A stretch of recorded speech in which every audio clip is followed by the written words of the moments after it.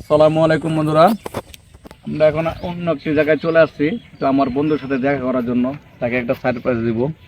তার পিছনে যায়, তো আমার সাথে চলেন দেখাবো।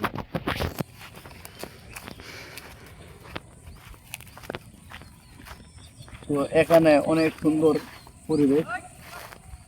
তো এখানে দেখেন কত সুন্দর করে এখানে মানে ঘোরাঘুরি করা হচ্ছে। তো আমি আসলাম এখানে ঘুরতে। তো এদিকে পুরোটা হলো ফাঁকা জায়গা, যে ফাঁকা একটা জায়গা, যে সুন্দর একটা প্রাকৃতিক সেই দৃশ্যগুলো আপনাদের মাঝে তুলে ধরবো। তো আমাদের সাথে চলুন। এই এখানটা পার মুখে এমনি একটু হাল দিতে হইব। হ্যাঁ, কি অবস্থা?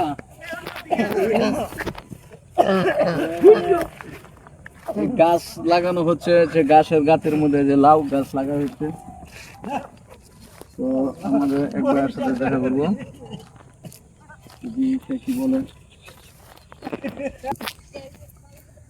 তো আমার সেই বন্ধুর কাছে চলে আসলাম অলরেডি। তো এখানে সে লাউ গাছ নিরাচ্ছে। তো দেখাবো এখানে, তার সাথে আমি কথা বলবো, তার অনুভূতি দেখি যে অনেক বছর ধরে সে এখানে কাজ করতেছে। তো এর আগেও আপনাদেরকে ভিডিওটা দিছিলাম। তো তার সাথে কথা বলে দেখি। ভাই ভাই কি অবস্থা?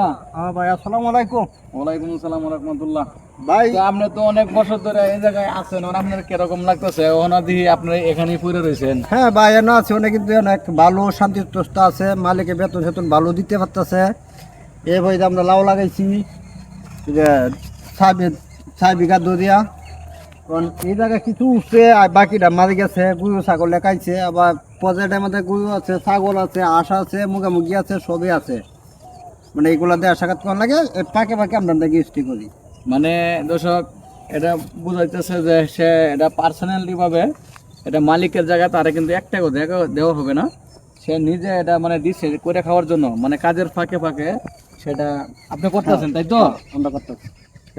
এখানে আসলে অনেক সুন্দর একটি জায়গা।